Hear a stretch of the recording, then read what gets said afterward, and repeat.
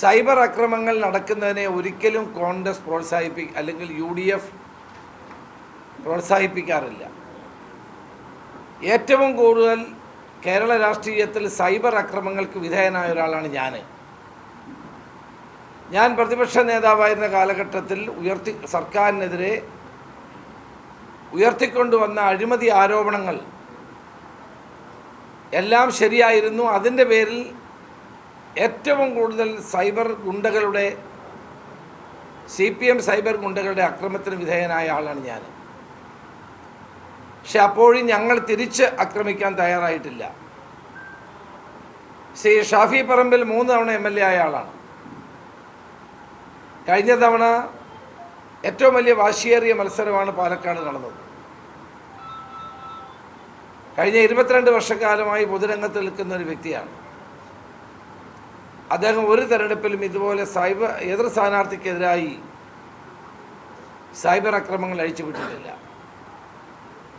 ഇത് പരാജയം ഉറപ്പായി എന്ന് കണ്ടപ്പോഴാണ് ശൈലജ ടീച്ചർ പുതിയ അടവുമായി രംഗത്തിറങ്ങിയിരിക്കുന്നത്. പക്ഷേ ഇതുകൊണ്ടൊന്നും വടകരയിലെ വോട്ടർമാരെ തെറ്റിദ്ധരിപ്പിക്കാമെന്ന് കരുതണ്ട. ഇവിടെ സൈബർ ആക്രമണങ്ങൾ നടത്തുന്ന ആരാണെങ്കിലും അവരെ കണ്ടെത്തി നിയമപരമായ നടപടി സ്വീകരിക്കാൻ ഞങ്ങളെതിരല്ല. പക്ഷേ അത് ഏകപക്ഷീയമാകരുത്. കാസർഗോഡ് സ്ഥാനാർത്ഥിയായ ശ്രീ രാജ്മോഹൻ ഉണ്ണിത്താനെതിരെ വലിയ തോതിലുള്ള അക്രമങ്ങളാണ് സൈബർ ഇടങ്ങളിൽ ഉണ്ടാകുന്നത്. അത് അവിടുത്തെ സ്ഥാനാർത്ഥിയുടെ പേജിൽ തന്നെയാണ്. പിന്നീട് നീക്കം ചെയ്തെങ്കിലും CPM സ്ഥാനാർത്ഥിയുടെ പേജിൽ തന്നെയാണ് അതിന് പ്രചരണം കൊടുത്തത്. ഇതുപോലെ ധാരാളം UDF സ്ഥാനാർത്ഥികൾക്കെതിരെ സൈബർ ആക്രമണങ്ങൾ നടക്കുന്നുണ്ട്. അപ്പോൾ ഒരിടത്ത് മാത്രമാണ് ഇത്തരം പ്രവർത്തനങ്ങൾ നടത്തുന്നത് എന്ന് മുഖ്യമന്ത്രി തെറ്റിദ്ധരിക്കരുത്. മുഖ്യമന്ത്രിയുടെ ഭാഷയിൽ പറഞ്ഞാൽ മുഖ്യമന്ത്രിയുടെ പാർട്ടി സഖാക്കൾ തന്നെ ഇത്തരം തെമ്മാടിത്തരങ്ങൾ ധാരാളം കേരളത്തിൽ കാണിച്ചുകൊണ്ടിരിക്കുകയാണ്. ആ തെമ്മാടിത്തരങ്ങൾക്കെതിരെ നടപടി സ്വീകരിക്കാൻ ആഭ്യന്തരമന്ത്രിക്ക് നട്ടെല്ലുണ്ടോ എന്നാണ് എനിക്ക് ചോദിക്കാനുള്ളത്. അതുകൊണ്ട് സ്വന്തം സ്ഥാനാർത്ഥിക്കെതിരെ ആരെങ്കിലും സൈബർ ആക്രമണം നടത്തിയാൽ മാത്രമേ വികാരപരമായി പ്രതികരിക്കുകയുള്ളൂ എന്ന നിലപാട് മുഖ്യമന്ത്രി ഉപേക്ഷിക്കണം. P. ജയരാജൻ്റെ പരാമർശം വെള്ളപ്പാളി തുടങ്ങിയിട്ടുള്ള പരാമർശം എന്തിൻ്റെ അടിസ്ഥാനത്തിലാണ്? വെണ്ണപ്പാളി എന്നുള്ള പരാമർശം എന്തിൻ്റെ അടിസ്ഥാനത്തിലുള്ളതാണ്?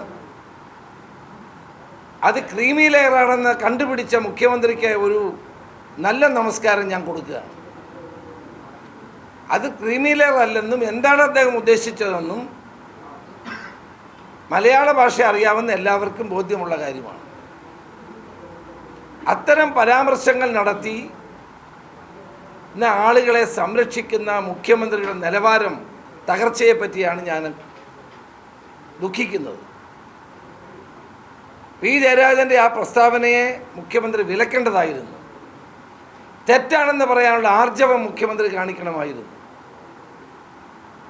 അത്തരമൊരു ആർജവം കാണിക്കാതെ അതിനെ പ്രോത്സാഹിപ്പിക്കുന്ന നിലപാടാണ് മുഖ്യമന്ത്രി സ്വീകരിച്ചത്.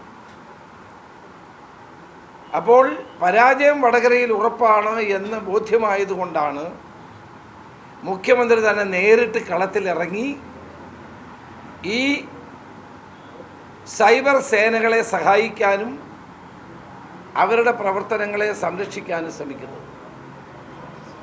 കേരളത്തിൽ KK രമയ്ക്കെതിരെ എന്തെല്ലാം സൈബർ ആക്രമണങ്ങൾ നടന്നു? കേസെടുത്തോ? ഉമാ തോമസിനെതിരെ എത്രയെല്ലാം സൈബർ ആക്രമണങ്ങൾ നടന്നു? മാധ്യമപ്രവർത്തകർക്കെതിരെ നിഷ പുരുഷോത്തമൻ എന്ന് പറഞ്ഞ മനോരമയുടെ ലേഖികയ്ക്കെതിരെ എന്തെല്ലാം സൈബർ ആക്രമണങ്ങൾ നടന്നു? വനിതാ നേതാക്കന്മാർക്കെതിരെ എന്തെല്ലാം സൈബർ ആക്രമണങ്ങൾ നടന്നു? ആ ആക്രമണങ്ങൾ നടന്നപ്പോഴൊന്നും മുഖ്യമന്ത്രിക്ക് ധാർമ്മിക രോഷമുണ്ടായില്ല. ഇപ്പോഴീ ധാർമ്മിക രോഷമുണ്ടായത് നന്നായി. ആഭ്യന്തര വകുപ്പിൻ്റെ ചുമതല വഹിക്കുന്ന മുഖ്യമന്ത്രി മോഡിക്കെതിരെ ആരെങ്കിലും പോസ്റ്റ് ഇട്ടാൽ അവരുടെ പേരിൽ കേസെടുക്കും. എന്തുകൊണ്ട് കാസർഗോഡ് സ്ഥാനാർത്ഥിയായ ശ്രീ രാജ്മോഹൻ ഉണ്ണിത്താനെതിരെ പാർട്ടി സൈബർ ഇടത്തിൽ തന്നെ സ്ഥാനാർത്ഥി തന്നെ പേജിൽ തന്നെ വർഗീയ വിദ്വേഷം ഉണ്ടാകത്തക്ക നിലയിൽ പ്രചരണം നടത്തിയിട്ട് അതിൻ്റെ പേരിൽ നടപടിയെടുക്കാത്തത്? അപ്പം മോഡിക്കെതിരെ പോസ്റ്റിട്ടാൽ കേസെടുക്കുന്ന കേരളത്തിൻ്റെ മുഖ്യമന്ത്രി UDF സ്ഥാനാർത്ഥികൾക്കെതിരെ വ്യാപകമായ തോതിൽ കേരളമൊട്ടാകെ സൈബർ ഇടങ്ങളിൽ പ്രചരണം, മോശമായ പ്രചരണം നടത്തുമ്പോൾ അതിനെതിരെ നടപടി എന്തുകൊണ്ട് സ്വീകരിക്കുന്നില്ല? അപ്പോൾ വടകരയിൽ പരാജയം ഉറപ്പായി എന്ന് കണ്ടുകൊണ്ട് മുഖ്യമന്ത്രി തന്നെ നേരിട്ട് കളത്തിൽ ഇറങ്ങി ഇത്തരം പ്രവർത്തനങ്ങൾക്ക് നേതൃത്വം കൊടുക്കാൻ ശ്രമിക്കുകയാണ്. അതുകൊണ്ടൊന്നും ഒരു ഫലവും ഉണ്ടാകാൻ പോകുന്നില്ല. വടകരയിൽ ഇപ്പോൾ തന്നെ ശ്രീ ഷാഫി പറമ്പിൽ ഒരു വള്ളപ്പാട് മുന്നിലാണ്. നല്ല ഭൂരിപക്ഷത്തോടെ ജയിക്കുമെന്ന വിശ്വാസമാണ് ജനങ്ങൾക്കുള്ളത്. ജനങ്ങളുടെ വികാരം അതാണ്, ജനങ്ങളത് ആഗ്രഹിക്കുന്നു.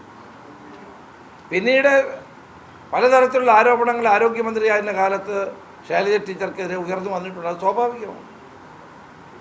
ഞാൻ തന്നെ ഒരു കേസ് വിജിലൻസ് കോടതി വിജിലൻസിൽ സമർപ്പിച്ചതാണ്.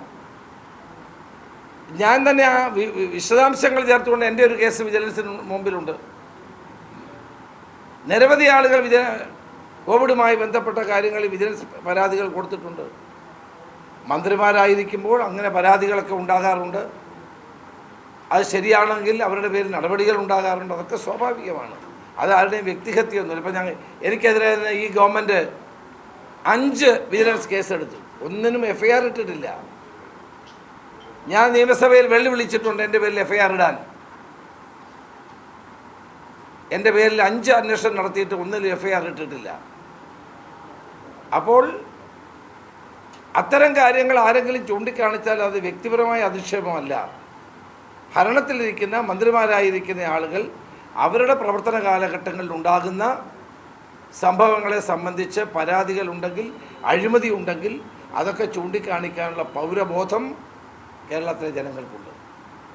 അതിനെ വ്യക്തിവിരോധമായോ വ്യക്തി അധിക്ഷേപമായോ കാണേണ്ട കാര്യമില്ല.